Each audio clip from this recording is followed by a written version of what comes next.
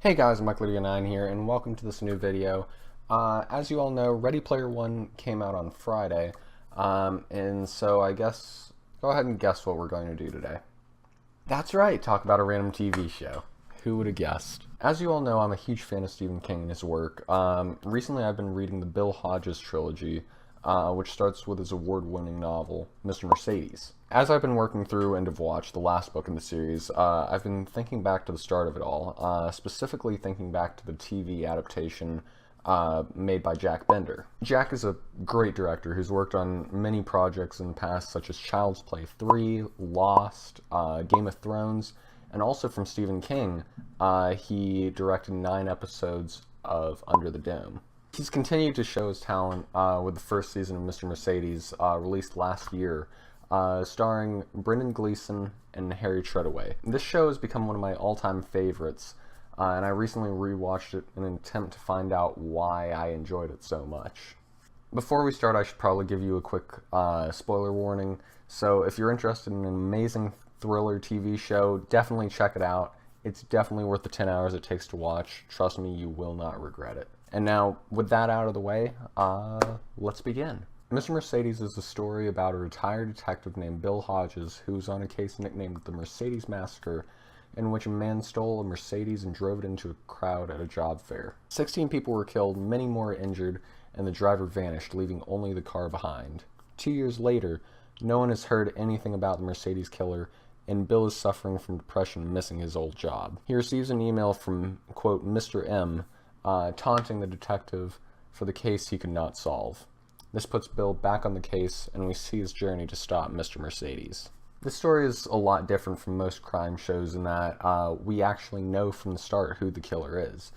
We follow 2 storylines, Bill searching for the killer, and Brady Hartsfield trying to leave his mark. It generally follows the Dark Knight quote in a lot of ways. What would I do without you? Go back to ripping off mob dealers? No,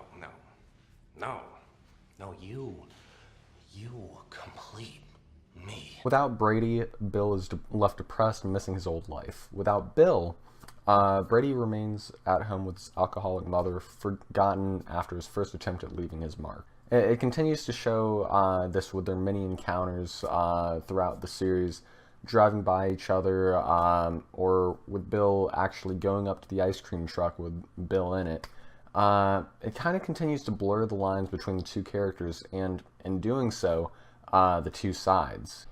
Because of this change from the classic formula of a crime show, it also has to change its general format slightly. A TV show starts with what is called a teaser. This is meant to introduce the episode and get the viewer interested. With your average crime show, this is when the crime is vaguely introduced and the detective shows up on the scene.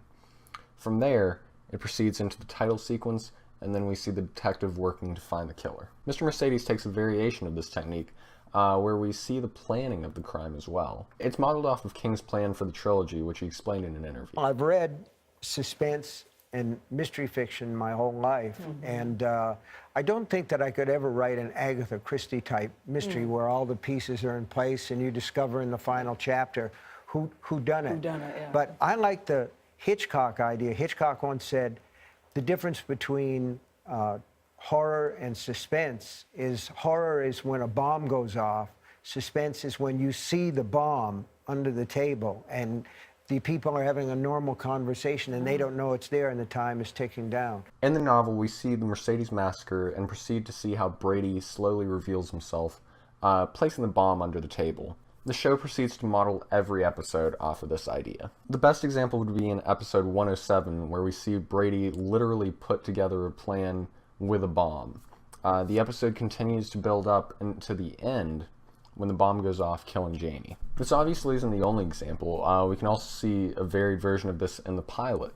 We start with a background, but then we begin to watch Brady's process of starting up the chase. First, we see the email that he sends.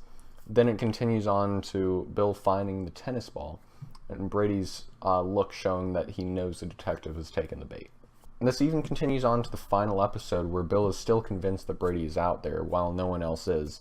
The episode shows the journey of him trying to find closure, and in the end, he and Holly stop Brady's final plan.